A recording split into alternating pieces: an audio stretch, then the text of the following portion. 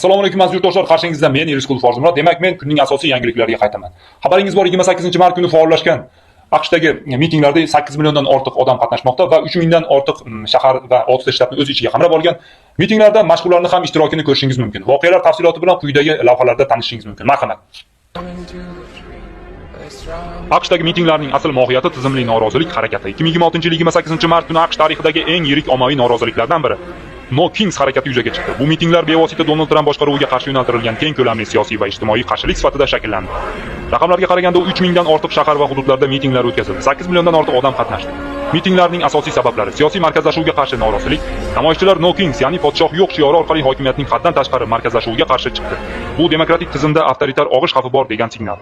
Tashqi siyosat va urushga qarshi pozitsiya. Eron bilan bog'liq harbiy harakatlar keskin tanqid qilindi. Mitinglarda urush, iqtisodiy va insoniy falokat degan narrativ ustun bo'ldi.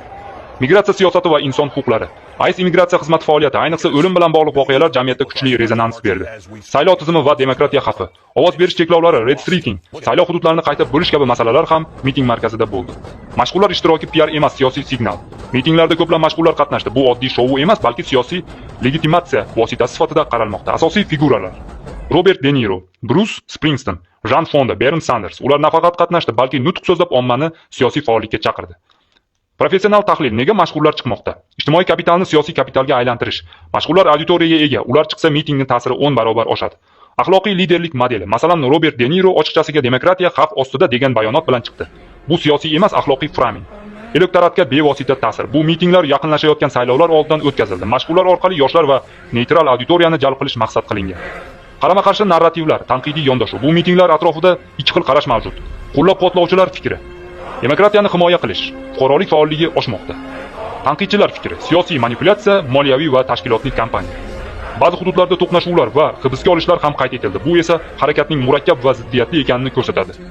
Xulosa shuki, AQShdagi bu mitinglar oddiy norozilik emas, bu siyosiy tizimga qarshi keng ko'lamli signal. Jamiyat ichidagi ideologik bo'linishning ochiq ko'rinishi. Mashhurlar orqali kuchaytirilgan siyosiy mobilizatsiya. Eng muhim jihat, bu harakatlar kelajakdagi saylovlar va AQSh siyosiy kursiga bevosita ta'sir qilishi mumkin. Burchun TVni kuzatib boring, eng so'nggi xabarlar va eng qaynoq xabarlar bizda. Rahmat bashing.